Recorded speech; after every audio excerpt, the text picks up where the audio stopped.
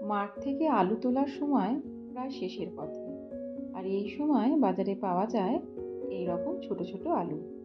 আলুর দম আমরা যতই বড় আলুর করে খাই না কেন, এই ছোট্ট ছোট্ট আলুর দম করলে তার স্বাদই আলাদা হয়। তাহলে চলুন শুরু করি ছোট আলুর দম। নমস্কার দর্শক বন্ধুরা, হৃদয় বিনার হেসেলে আপনাদের সবাইকে স্বাগত। তবে রান্না শুরুর আগে একবার আপনাদের দেখতেই হবে আমার মেয়ের ফ্রেন্ড পেঙ্গিকে। আমার সোনার আবদার, এবারের ভিডিওতে ওর ফ্রেন্ডকে দেখাতেই হবে। অতএব উপায় আর কি, যাই হোক, রান্না শুরুর প্রথমেই ছোট আলুগুলোকে আমি ভালো করে ধুয়ে নিয়েছি। আলুর খোসা ছাড়িয়ে কিন্তু সিদ্ধ করতে দেব না, খোসা সমেতই সিদ্ধ করব।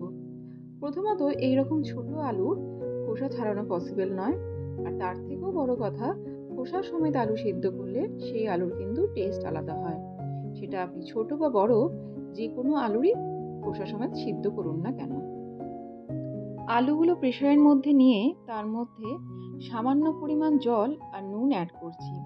জলের পরিমাণটা আপনারা দেখতেই পেলেন, ওই 1 কোর মতো দিয়েছি, যাতে আলুগুলো অর্ধেক মতো ডুবে থাকে।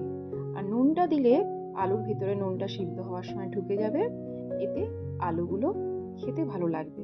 তবে বেশি নুন দিলে কিন্তু আলু গলে যেতে পারে।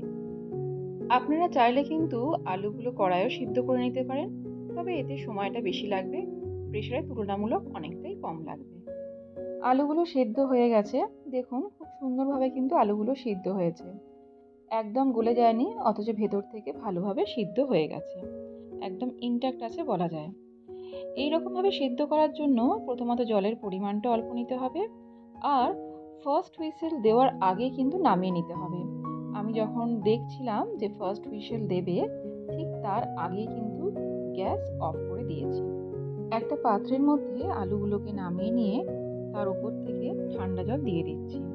এবার আলুগুলো স্কিন ছাড়িয়ে নেব। একটু ধীরে ধীরে স্কিনগুলো ছাড়িয়ে নিতে হবে, নচেত আলুগুলো কিন্তু ভেঙে যেতে পারে।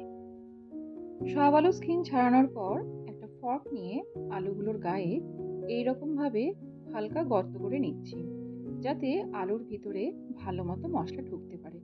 এতে আলুগুলো কিন্তু খেতে ভালো লাগবে। এবার কড়াইয়ে পরিমাণ মতো সর্ষের তেল নিয়ে সেটা গরম করার পর দিয়ে দিচ্ছি একটা তেজপাতা, তারপরে একে একে দিয়ে দিচ্ছি এলাচ, দারচিনি, লবঙ্গ, জয়িত্রী আর একটা শুকনো লঙ্কা। এর থেকে সুন্দর গন্ধ বেরোতে শুরু করলেই দিয়ে দিচ্ছি থেঁতো করে রাখা রসুন। রসুনটা তেলের মধ্যে হালকা ভেজে নিয়ে এর মধ্যে দিয়ে দিচ্ছি পেঁয়াজ কুচি। একটা বড় সাইজের পেঁয়াজ আমি কুচিয়ে নিয়েছিলাম। দেখুন পেঁয়াজটা নরম হয়ে এসেছে, একটু লাল হলেই এরপরে বাকি মশলাগুলো দিয়ে দেব। দেখুন পেঁয়াজটা বেশ খুব সুন্দর গোল্ডেন ব্রাউন কালার হয়ে এসেছে। এরপরে এর মধ্যে একে একে দিয়ে দিচ্ছি হাফ টিস্পুন আদা বাটা, একটা মিডিয়াম সাইজের টমেটো কুচি, হাফ টিস্পুন জিরে গুঁড়ো, হাফ টিস্পুন ধনে গুঁড়ো, হাফ টিস্পুন কাশ্মীরি লঙ্কা গুঁড়ো, আর প্রয়োজন মতো হলুদ ও স্বাদ মতো নুন। এবার এই সমস্ত মশলাটা তেলের মধ্যে অল্প নেড়ে চেড়ে নিয়ে এর মধ্যে হালকা গরম জল দিয়ে দিচ্ছি মশলাটা কষানোর জন্য।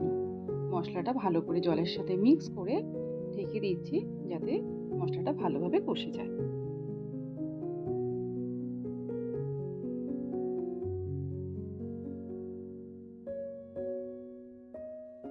মশলা থেকে তেল ভালো মতোই ছেড়ে এসেছে। এবারে এর মধ্যে দিয়ে দিচ্ছি অল্প কিছু মটরশুঁটি। মশলার সাথে এই মটরশুঁটিটা মিক্স করে নিয়ে তার মধ্যে দিয়ে দিচ্ছি সিদ্ধ করা আলুগুলো।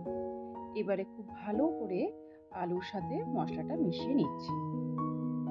আলুগুলো মশলার সাথে মেশানোর পর দিয়ে দিচ্ছি কাজু ও চারমগজের অল্প পেস্ট, আর তার সাথে দিয়ে দিচ্ছি অল্প ফ্যাটানো টক দই। এবার এই দুটো জিনিসের সাথেই আলুটাকে ভালো করে মিক্স করে নেব। এই সময় আমি দিয়ে দিচ্ছি দুটো কাঁচা লঙ্কা। লঙ্কা অবশ্যই আপনারা যেমন ঝাল খান সেই বুঝে ব্যবহার করবেন। আর এই পুরো মশলার সাথে আলুটা কষার জন্য আমি ঢেকে দিলাম। ঢাকা খুলে দেখতেই পাচ্ছি যে আলুগুলো বেশ ভালো মতোই কষে গেছে। এবার ওপর থেকে চিনি ছড়িয়ে দিচ্ছি। এটা আলুর দমের টেস্টটাকে ব্যালেন্স করবে। আর ফাইনালি হালকা গরম জল দিয়ে আলুগুলোকে ভালো করে জলের মধ্যে নেড়ে চেড়ে নিয়ে আবার ঢাকা দিয়ে দিচ্ছি।